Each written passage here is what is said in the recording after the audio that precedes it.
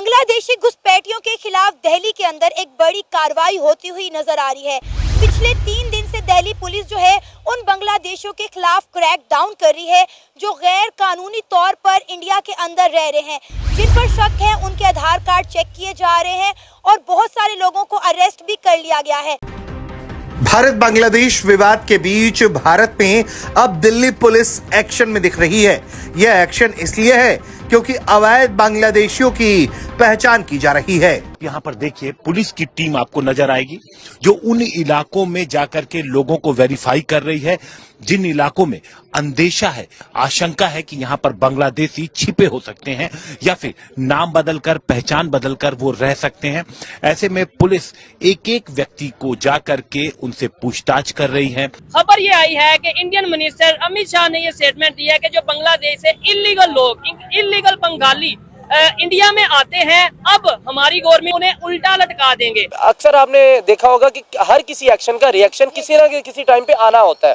तो बांग्लादेश को ये वाले हालात अभी फेस जो करने पड़ रहे हैं, तो ये तो एक मैं कह रहा हूँ, ये अभी जो है ट्रेलर है, पिक्चर बहुत आगे है आपके लिए। आपने अपने पाँव के ऊपर कुल्हाड़ी नहीं मारी, आप पाँव को पास ले गए कुल्हाड़ी के और कहा है आपने भाई हमें मार दिया। जब से बांग्लादेश की दोस्ती रही है इंडिया से तो उसके हालात बहुत अच्छे रहे। हाँ, ये तो है। जब से उनकी दोस्ती वहाँ से टूटी है तो उसके हालात भी बहुत खराब हो गए, लोग रोडों पे आ गए। इंडिया से दोस्ती होनी चाहिए, बिल्कुल होनी चाहिए, क्यों नहीं होनी चाहिए, वो भी हमारे भाई है।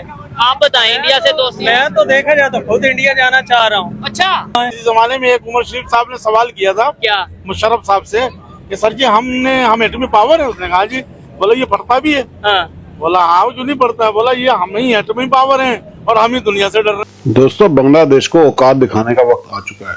अब ढूंढ ढूंढ कर बंगालियों को निकाला जा रहा है और ढूंढ ढूंढ कर डंडे मार मार कर ना यहाँ से निकाला जाएगा। बहुत इन्होंने मजे कर लिए यहाँ पे, बहुत ऐश कर ली। अब कोई सी को छोड़ा नहीं जाएगा, ये मोदी सरकार ने बोल दिया और इनके साथ ये होना भी चाहिए। इन्होंने ये सोचा था कि भारत कुछ भी नहीं करेगा, ना भारत कुछ करेगा।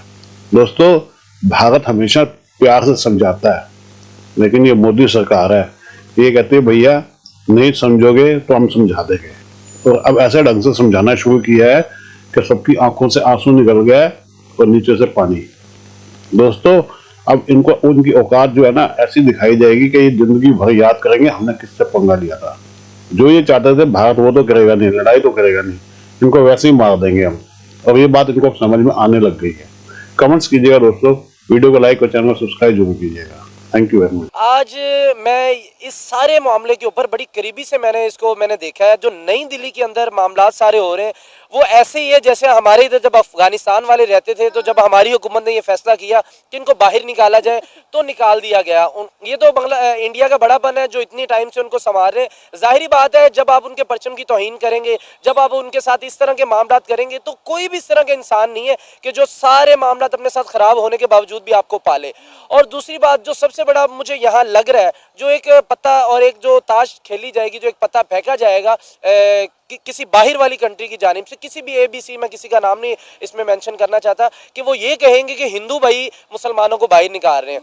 तो मेरे जो बड़े तगड़े जराए हैं नई दिल्ली के अंदर से मुझे ये मालूम हुआ है कि जो एक इलाके का अमीर होता है ना मुसलमानों का, उसने ये मस्जिद के अंदर ये ऐलान करवाया और जाके खुद पुलिस के अंदर रिटर्न उन्होंने एक लेटर लिख के दिया कि भाई जो बांग्लादेश वाले यहाँ पर रह रहे हैं इनको आप निकालें, हमें इनसे अब डर लग रहा है। अच्छा। ये कोई ना कोई यहाँ पर सुसाइड ना कर दे, कोई इस तरह के मामला ना कर दे, कोई हमें हमलावर ना हम पे हो जाए।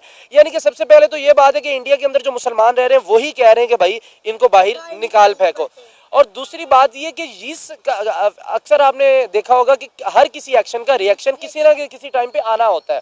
तो बांग्लादेश को ये वाले हालात अभी फेस जो करने पड़ रहे हैं, तो ये तो एक मैं कह रहा हूँ, ये अभी जो है ट्रेलर है, पिक्चर बहुत आगे है आपके लिए। आपने अपने पाँव के ऊपर कुल्हाड़ी नहीं मारी, आप पाँव को पास ले गए कुल्हाड़ी के और कहा है आपने भाई हमें मार दिया जाए। इंडिया को आंखें दिखा रहे थे, इंडिया के बॉर्डर पर ड्रोन लगा रहे थे, हिंदू कम्युनिटी को जो है वो मार पीट रहे थे, मंदिरों को डिमोलिश कर रहे थे।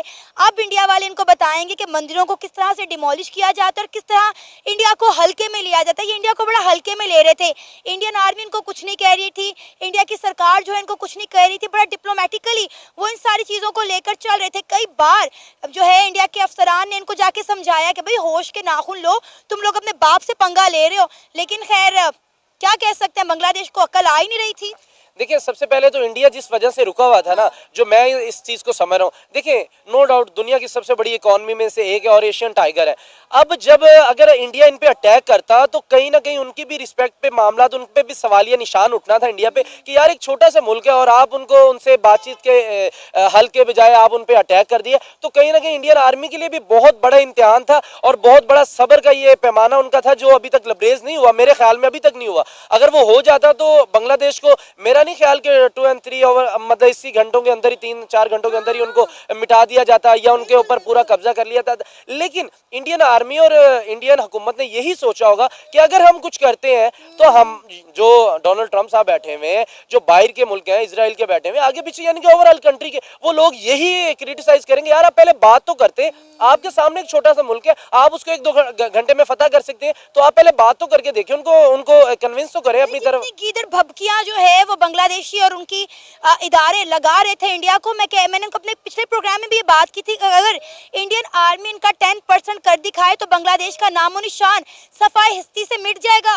देखिए सबसे बड़ी ये बात है कि बांग्लादेश को भी इस चीज़ का इल्म था, लेकिन कुछ लोग इस तरह के थे जो इन मामलात को सॉल्व आउट नहीं होने दे रहे थे। पहले तो ये एक कॉमन सी बात करते हैं, पाकिस्तान हो गया, बांग्लादेश हो गया, ये जो 2 कंट्रीज हैं जो हिंदुस्तान से अलग हुए हैं, क्या वजह आज तक सेट क्यों नहीं हो पा रहे, अपनी इकोनॉमी क्यों नहीं बेहतर कर पा रहे? बांग्लादेशी भाग के इलीगली कोशिश कर रहे हैं कि वो इंडिया में चले जाए, इंडिया में जाके रोजगार मिल जाएगा।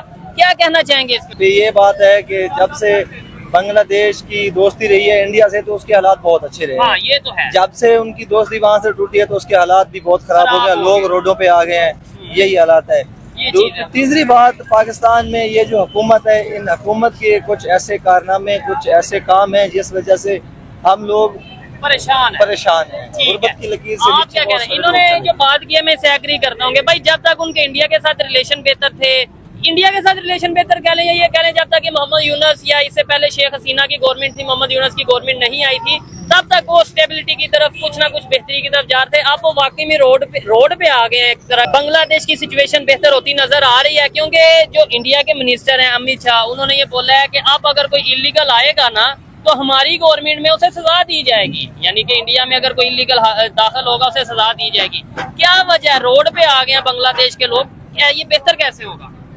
ये उनकी हुकूमत जो है वही कुछ सोचेगी उनके बारे में, फिर ही हालात सेट होंगे, वरना इस तरह तो हालात जो है इस तरह चलते रहेंगे। पाकिस्तान कैसे बेहतर होगा? पाकिस्तान का अल्लाह ही हाफिज है, बस ये जो हुक्मरान है अल्लाह इस हुकूमत को घर करे, ये निकल जाए तो अच्छी बात है। हाँ। इंडिया से दोस्ती होनी चाहिए, बिल्कुल होनी चाहिए, क्यों नहीं होनी चाहिए, वो भी हमारे भाई है। आप बताएं इंडिया से दोस्ती। मैं तो देखा जाए तो खुद इंडिया जाना चाह रहा हूँ। अच्छा यार जो भी आ रहा है पिछले 75 साल से आ रहा है वो अपने पेट पूजा कर रहा है, गरीब का कोई नहीं सोच रहा, गरीब का कोई नहीं सोच आटा महंगी, चीनी महंगी, दालें महंगी, हर चीज महंगी हो गई है। ठीक है, गरीब बच्चे को पढ़ाए या बिल तारे या क्या करे, मतलब ठीक है, हर बंदा ये सोच रहा है पाकिस्तान से जो बिल कमा रहा है वो बिल तार रहा है। अच्छा बांग्लादेश में भी यही सूरत हाल बन गई, या उनकी क्या वजह है? वो तो हमारे से बेहतर जा रहे थे, अब वो भी रोड पे आ गए हैं, वो भी रो रहे हैं। वहाँ भी ऐसे ही है, माहौल बना हुआ है।